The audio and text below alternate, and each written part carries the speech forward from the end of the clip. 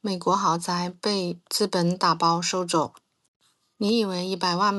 能买栋不错的房子吗？抱歉，在现在的美国，这个钱可能连三流的豪宅门槛都摸不到了。根据数据，截止2025年，美国全国范围内$100万以下能买到豪宅的城市只剩下7个，分别是底特律、克利夫兰、匹兹堡、圣路易斯、密尔沃基、辛辛那提、圣安东尼奥。听着是不是像你不太想去的地方呢？但是不好意思，这是最后几个你能买得起豪宅的城市。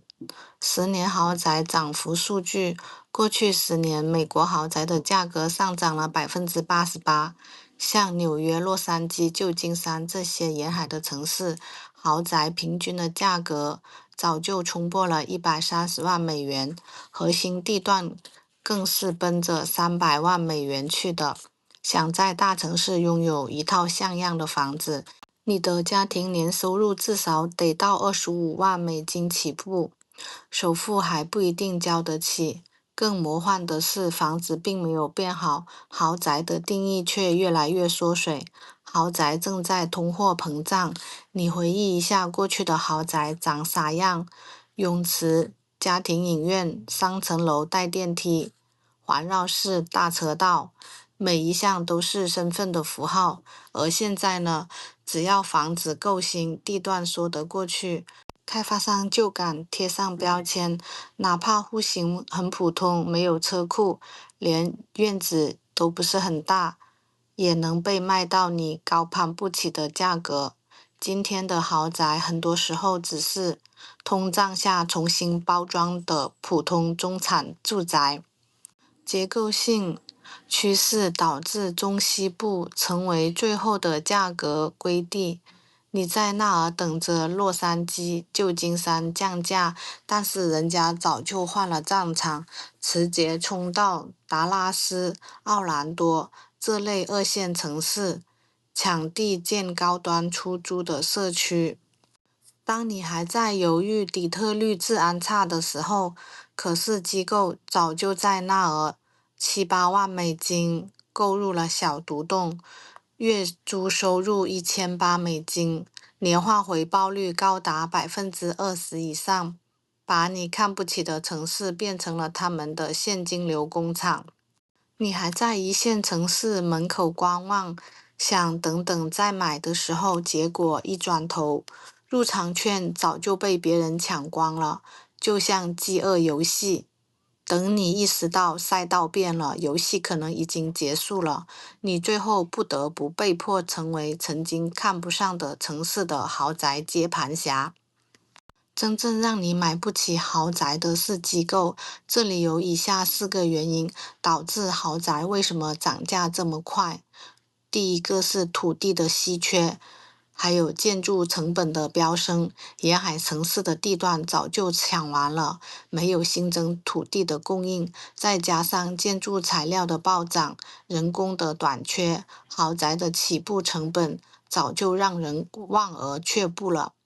比如佛州的迈阿密，现在随便建套中高端住宅，建筑成本比2015年贵40%以上。高净值的人口增加，还有豪宅的供不应求，在过去的10年里，美国新增了超过200万高净值的家庭，他们不缺房子，缺的只是能配得上身份的高端住宅。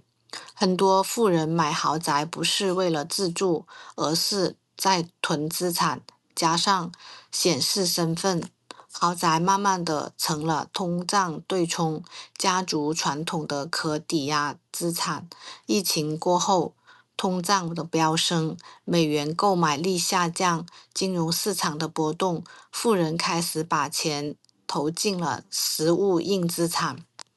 然而，豪宅就是最具象的通胀对冲品，可以出租，可以增值，可以抵押，还能传承。机构投资入场，抬高了底价，豪宅的市场早就不是个体投资人之间的竞争了，而是你在与整个机构投资人的竞争。早在2021年的时候，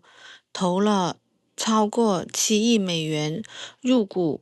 硅谷高端住宅平台，参与了多个$500万到$2000万的定制豪宅项目，主要布局在洛杉矶、旧金山和奥斯汀。2023年，搭上巨头两家一拍即合，砸了$10亿，开始在奥兰多、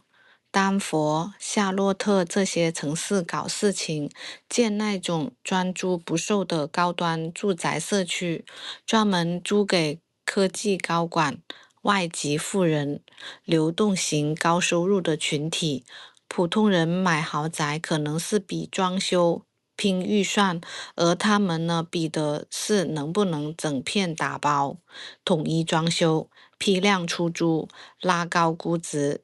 然后再融资、再套现。你在纠结首付的时候，他们在拉年化 IRR，算融资回购条款。你在谈怎么样住得舒服的时候，他们在算退出的效率。说得直白一点，这场游戏是不一样的。豪宅不再只是富人的玩物，而是中产阶级的标配。所以问题来了，假如你正好有$100万，你最想买的是哪里的房子呢？关注我，带你看清美国房地产的游戏规则，建立你的被动收入渠道。